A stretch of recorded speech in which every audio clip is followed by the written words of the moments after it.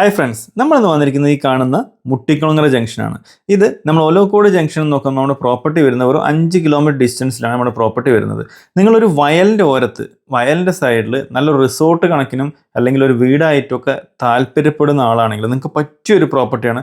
15 cent സ്ഥലം, 3347 square feet വീട്, 3 വീടായിട്ടാണ് ഇതിനകത്തുള്ളത് കേട്ടോ.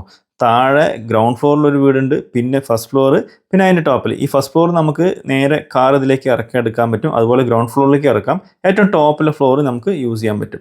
അപ്പോൾ 3 വീടായിട്ട് നമുക്ക് ഇതിനെ കൺവേർട്ട് ചെയ്ത് യൂസ് ചെയ്യാൻ പറ്റും. നല്ല വയലിൻ്റെ ഫുൾ വ്യൂ ഉണ്ട് കേട്ടോ, നല്ല അടിപൊളി വ്യൂ ഉണ്ട്.